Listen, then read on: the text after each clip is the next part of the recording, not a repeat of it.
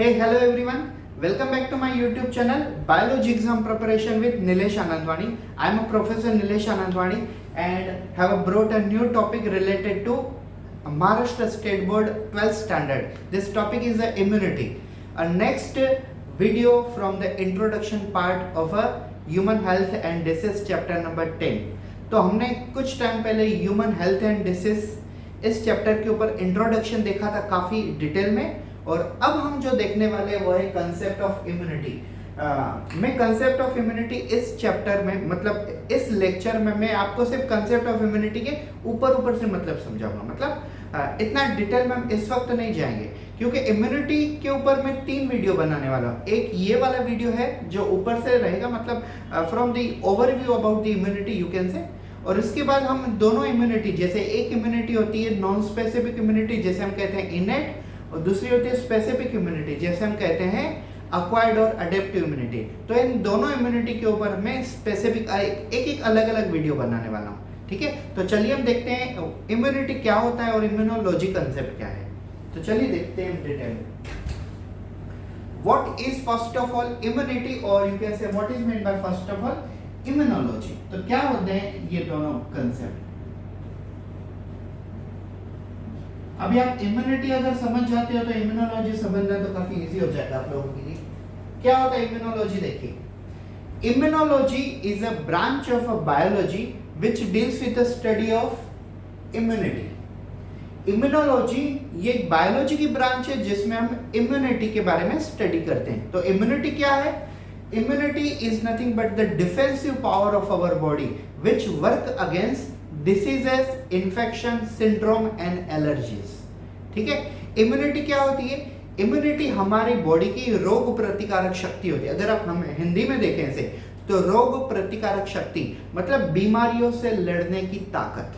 तो हमारी बॉडी के अंदर जो बीमारियों से लड़ने की ताकत होती है इसे हम कहते हैं immunity. Immunity is nothing but defensive power of our body, defensive power of our body which work against diseases. Mainly हम उसे डिसीजेस ही कहेंगे, लेकिन जब हमारी बॉडी में इन्फेक्शन होता है, जब हमारी बॉडी में सिंड्रोम होता है, एलर्जी होती है या फिर डिसीज होती है, सभी के लिए यही पावर होता है। इसके लिए हम ऐसे कहेंगे immunity is nothing but the defensive power of our body which is used to fight diseases, infection, allergy and syndrome.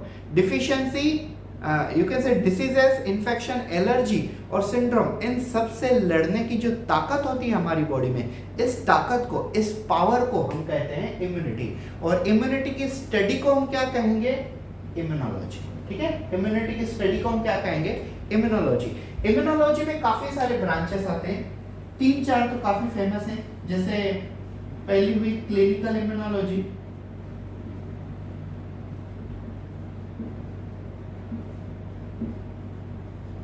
फिर दूसरी हुई यू कैन से लैब और लेबोरेटरी इम्यूनोलॉजी, फिर हुई सीरोलॉजी, फिर हुई pathology.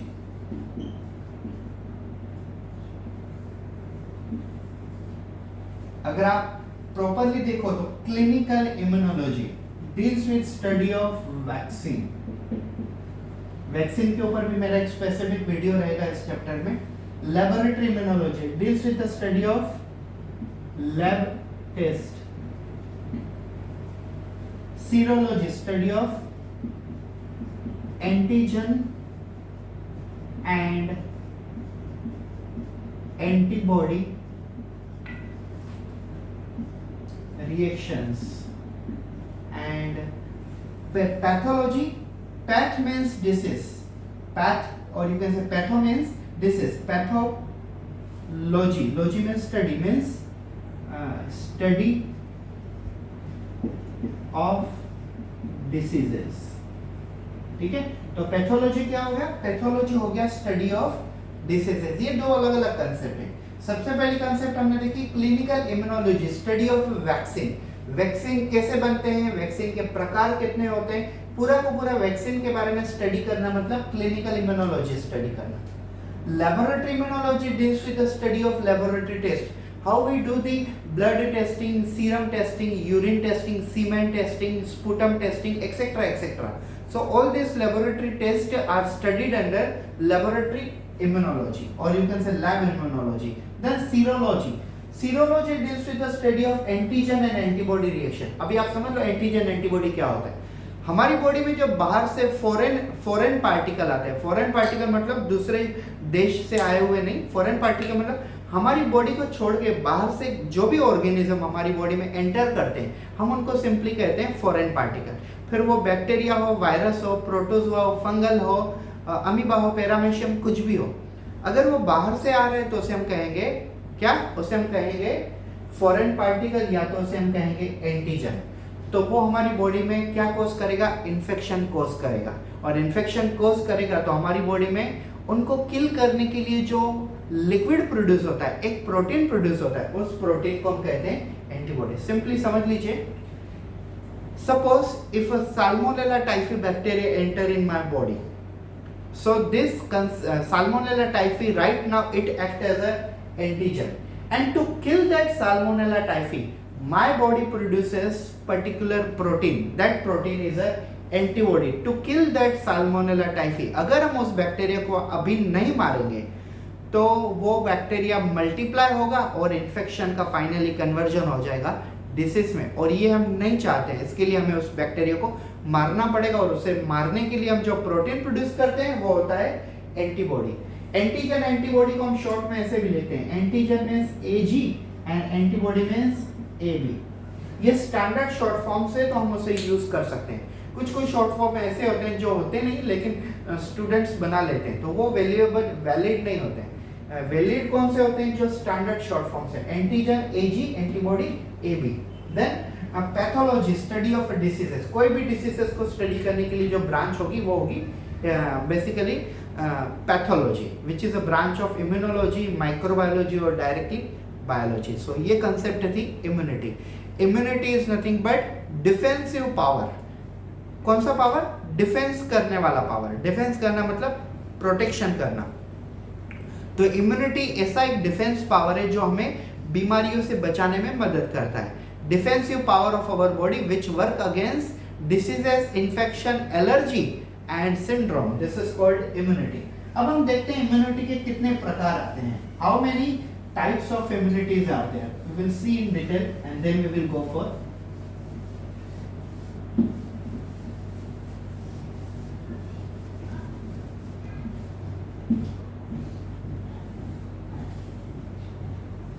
Let's see. Basically, immunity is of a two category. Immunity is of two category. One immunity is innate immunity, also known as a non-specific immunity,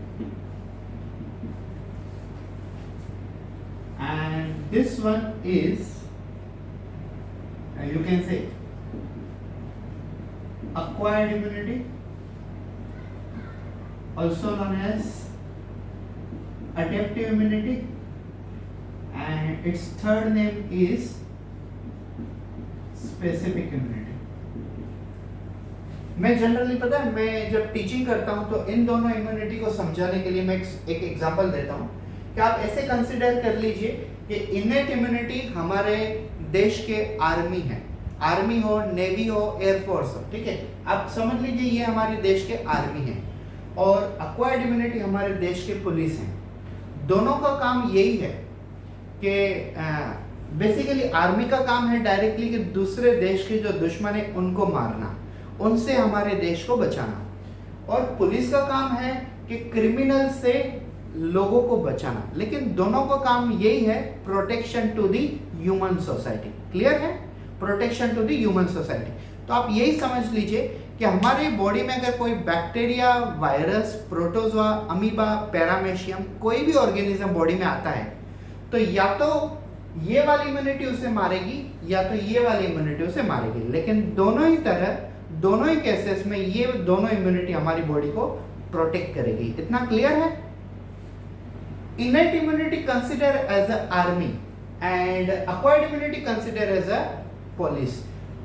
Army protect our body from the outsider, you can say enemies, outside from the country, and acquired immunity means police protect the human society from within the city, within the country, but these are criminal peoples. So police protect us from the criminal peoples. So ये दोनों concept clear हो गए आपको. अभी आप ये देखिए, innate immunity is also known as a non-specific immunity and acquired immunity is also known as a specific immunity. अभी इन दोनों का मतलब क्या होता है? innate immunity, मान लो एक कंसिडर करो आप कि innate immunity में कंसिडर करो आप एक ऐसा हॉस्टल है, ठीक है, एक ऐसा हॉस्टल है जिसके एक रूम के अंदर 5 स्टूडेंट हैं और पांचों के पांचों स्टूडेंट बेसिकली सेम एज वाले हैं, और ये एक ऐसा घर है, ये एक ऐसा हाउस है जिसमें 5 लोग हैं. there is a one couple means male and female, there are 2 children, and you can say one is a old person. if someone robber है, अगर कोई चोर घर में घुस जाता है तो उससे फाइट कौन करेगा?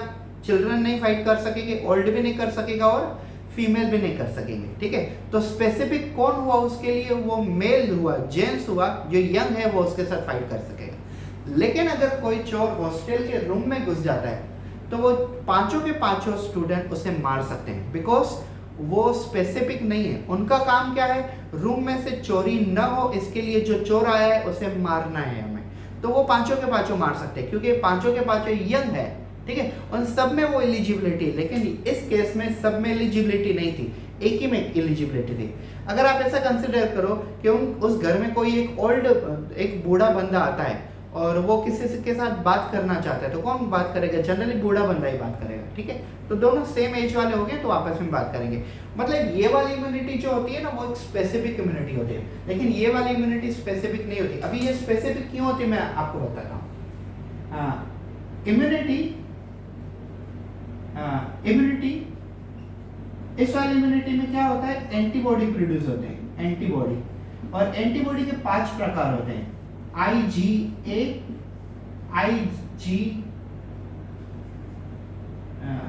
सबसे पहले हम G लिखेंगे, फिर लिखेंगे A, एक सीक्वेंस होती है, फिर IgM, फिर IgD, फिर IgE.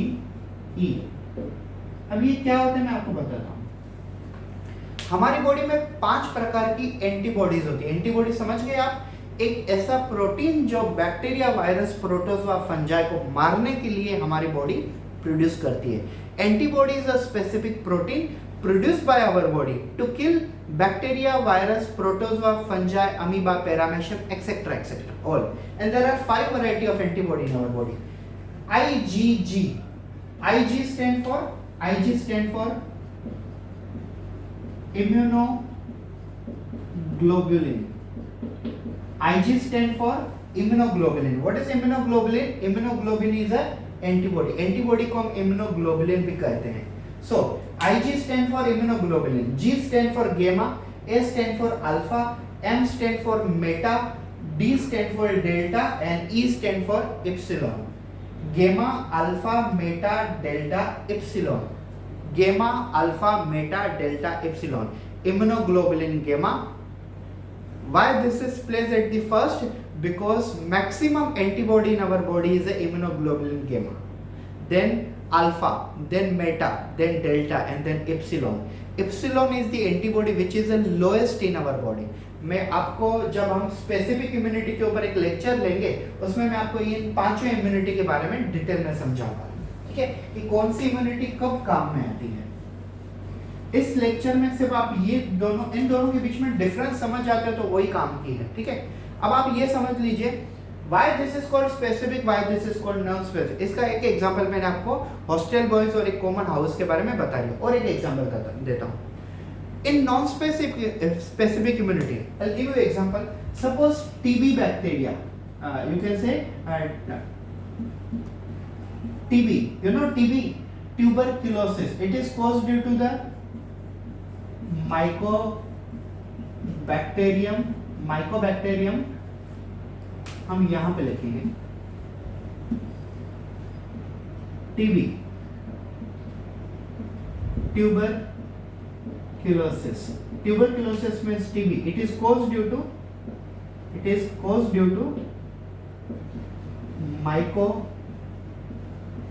Bacterium tuberculin. Mycobacterium tuberculin is the name of a bacteria which causes which disease? Tuberculosis means TB. Mycobacterium tuberculin एक ऐसे बैक्टीरिया है जो ट्यूबरक्यूलोसिस नाम के डिसीज कोज करते हैं। अब आप ये समझ लो कि अगर ये बैक्टीरिया ह्यूमन बॉडी में एंटर कर जाते हैं, ये बैक्टीरिया अगर ह्यूमन बॉडी में एंटर कर जाते हैं तो क्या होगा? इनमें से कौन सी इम्यूनिटी फाइट करेगी? तो ये वाले देखो, इसमें 5 हैं, IgG, IgA, IgM, IgD और IgE। इसमें 5 इम्यूनिटी, इसमें कोई स्पेसिफिक इम्यूनिटी नहीं। तो क्या होगा? ये पांचों के पांचों इम्यूनिटी पहले ये डिसाइड करेंगे कि इस बैक्टीरिया का शेप इनमें से कौन सी एंटीबॉडी से मैच करता है। मैं आपको एग्जांपल देके समझाता हूं, ठीक है? कंसीडर करो ये जो टीबी वाले बैक्टीरिया हैं, इनका शेप कुछ इस प्रकार से, ठीक है? और ये हमारे पास जो एंटीबॉडी है 5, उसमें से सबसे पहले IgG जो है वो IgG ऐसी है, ठीक है? और दूसरी वाली IgM ऐसी है, फिर ये IgA हो गई, आप कंसिडर कर लो। फिर ये वाली ये IgD हो गई और ये वाली हो गई IgE। अब आप सोचिए इन पांच में से IgG, IgA, IgM, IgD, IgE, इन 5 में से कौन सा शेप इसको मैच करेगा? ठीक है, तो ये वाला शेप यहाँ पे मैच होगा, तो ऑब्वियसली इन 5 में से IgG आगे आएगी, और IgG इसके साथ इजीली बाइंड हो जाएगी। तो सबसे पहले होता क्या है, जब कोई बैक्टीरिया वायरस हमारी बॉडी में एंट्री करता है तो ये आपस में डिसाइड करते हैं कि कौन सी इम्यूनिटी का, कौन सी एंटीबॉडी का शेप बैक्टीरिया और वायरस से मैच करता है। उसके बाद ये एक्टिव होते हैं, तभी हम इनको क्या कहते हैं? Specific immunity. लेकिन ये वाले ऐसे नहीं होते हैं। ये वाले क्या होते हैं? जैसे ही बैक्टीरिया वायरस बॉडी में अंदर आता है वो डायरेक्टली उनके ऊपर अटैक करते हैं। आप सोचिए, जैसे ही दूसरी कंट्री में से आप कोई भी कंट्री कंसिडर कर लो, फिर वो आसपास में कोई भी कंट्री, मैं किसी का नाम नहीं लेना चाहूंगा, तो सोल्जर लोग कंटिन्यूअसली 24 घंटे अलर्ट में ही रहते हैं। कभी भी कोई सामने वाली एनिमीज में से एक भी गोली चलती है तो ये 100 गोलियां उनके ऊपर बरसा देते हैं। ये नहीं सोचते कि सामने वाला कौन है, उसका नाम क्या है, एड्रेस क्या है, क्या नाम है, सरनेम क्या है, उससे कोई लेना देना नहीं। सिर्फ ये है कि सामने वाला बैठा जो है वो है हमारा एनिमी, और अगर वो हम पे गोली चलाता है तो हम उनके ऊपर गोली चलाएंगे। तो ये है सोल्जर, ये स्पेसिफिक नहीं है, ये नहीं सोचते कि सामने वाला कौन है, डायरेक्टली उसके ऊपर अटैक करते हैं। लेकिन ये है पुलिस, स्पेसिफिक। जहाँ पे कहीं पे कोई दुर्घटना घटती है, पुलिस को फोन आता है कि यहाँ पे एक मर्डर हो गया है, यहाँ पे चोरी हो गई, तो वो केस को स्टडी करने के बाद पुलिस डिसाइड करते हैं कि यहाँ पे कौन सा पुलिस जाए। एकदम छोटा मोटा काम है तो कोई पुलिस कमिश्नर, IPS, PSI, इतने बड़े बड़े लोग नहीं आएंगे। छोटा काम है तो छोटे पोस्ट वाले भी जा सकते हैं। कोई बड़ा काम है, सीरियस काम है, तो कोई सीरियस पोस्ट वाला एक पुलिस जाएगा। तो ये वाला क्या होता है? ये वाला होता है स्पेसिफिक। जितने भी इम्यूनिटी है ना, वो एक डिसाइड करते हैं कि कौन सा शेप एंटीजन को बाइंड होगा, उसके बाद वो एक्शन करेंगे। लेकिन इसमें ऐसा नहीं होता है, इसमें डायरेक्टली उसके ऊपर डायरेक्टली अटैक करना होता है। तो ये वाले हुए स्पेसिफिक और नॉन स्पेसिफिक का एग्जांपल। तो टीबी के जो बैक्टीरिया, अब आप सोचोगे सर आपने टीबी का एग्जांपल लिया, तो टीबी के जो बैक्टीरिया है, टीबी का बैक्टीरिया हो या बॉडी में कौन सी भी डिसीज का बैक्टीरिया हो या वायरस हो, सबसे पहले हमारी बॉडी में कौन एक्शन लेता है? Non specific. क्यों? क्योंकि ये जैसे ही ऑर्गेनिज्म हमारी बॉडी में एंट्री करते हैं, ये डायरेक्टली उनके ऊपर टूट पड़ते हैं उनको मारने के लिए। लेकिन ये पहले डिसाइड करते हैं कौन सा शेप मैच होगा, उसके बाद एक्शन लेते हैं। आई होप सो आप लोगों को क्लियर से समझ में आ रहा है। Non-specific immunity does not require previous exposure, so they directly, once the organism enter in our body, they directly attack them.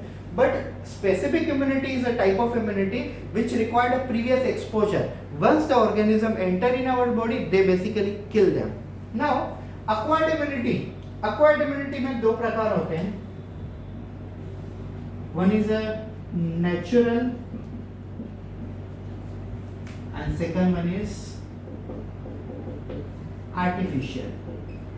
Acquired immunity is of two category: natural acquired immunity and artificial acquired immunity. Natural, actually instead of directly saying natural or artificial, we must say active and passive. हम directly इतना detail में जाने से पहले हम active और passive देखेंगे, क्योंकि मैं एक्वायर्ड इम्यूनिटी के ऊपर एक स्पेसिफिक वीडियो बनाने वाला हूँ, इननेट इम्यूनिटी के ऊपर भी एक स्पेसिफिक वीडियो बनाने वाला हूँ, तो हम वो अलग ही देखेंगे. Active immunity has a further two category: natural, artificial. And natural,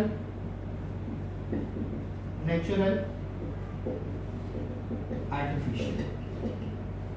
Yes, so it has a two category: active immunity, specific immunity have a active immunity and passive immunity, and these are a further category: natural, artificial, natural, artificial. Okay guys, so यहाँ तक सिर्फ हम यही देखते हैं, क्योंकि मुझे specific innate immunity के ऊपर भी एक वीडियो बनाना है अलग से, और एक्वायर्ड के ऊपर भी एक अलग वीडियो बनाना है, और अगर वो चीज़ें यहीं पे एक्सप्लेन कर दी तो कुछ फायदा नहीं आएगा, मज़ा नहीं आएगा उसमें. ठीक है, तो हमारे आगे के वीडियो देखने के लिए, इसके ऊपर, इनके ऊपर, सबके वीडियो देखने के लिए प्लीज़ हमारे चैनल को सब्सक्राइब कर दें और घंटी को दबा दें, ताकि मेरी हर आने वाली वीडियो आप तक पहुँच दें, एक भी वीडियो मिस ना हो. अगर आपको ये वीडियो पसंद आया तो प्लीज़ लाइक कर दीजिए, फ्रेंड के साथ शेयर कर दीजिए. Thank you so much.